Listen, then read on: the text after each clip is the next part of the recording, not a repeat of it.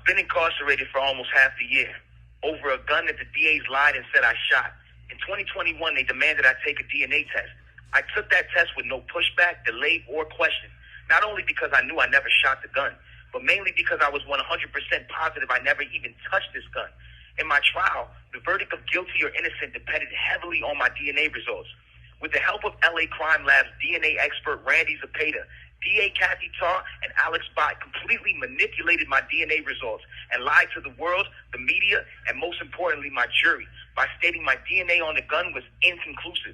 That was an absolute lie. They went on further to say, inconclusive means that he cannot be excluded from the gun. My new attorney, Jose Baez, hired one of the best DNA experts in the nation to carefully analyze the same DNA test the fair and correct way. The results came back exactly as I knew this whole time. My DNA is 100% excluded and 100% eliminated from the gun. In other words, it's physically and scientifically impossible for me to ever have touched or shot this gun. After the correct and careful analyzation of my DNA testing, not only did our expert find my DNA 100% excluded and non-existent on the gun, but what's worse was the invalid and illegal tactics the prosecution chose to attain the results used to convict me.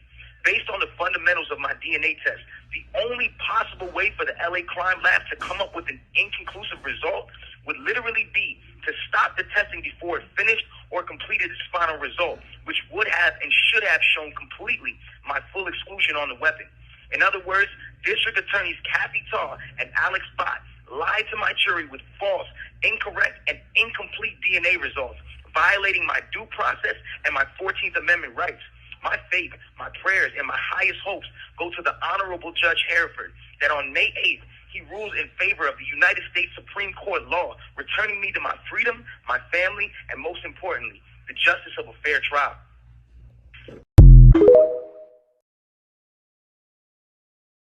Dear George Gascon, I write this message with the utmost humility, love, and respect for the remarkable steps that you've taken in regards to fighting for the justice of black and brown minorities. Today I take a stance as an innocent black man, wrongfully convicted of a crime I did not commit. I've watched two district attorneys from your office by the names of Kathy Tarr and Alex Bott unlawfully misuse their authority to hide and suppress any and all exculpatory evidence that exonerates me and furthers my innocence.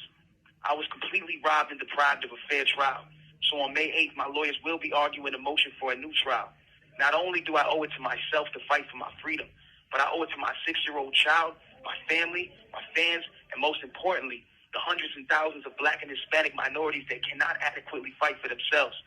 For 3 years, the prosecution has manipulated a false narrative that has left me with no choice but to expose the practices, the behind-door deals, and the unjust system that was used to illegally convict me and countless other minorities. We elected you because of your outstanding eminence in making fair and correct judgments in the justice for people of color.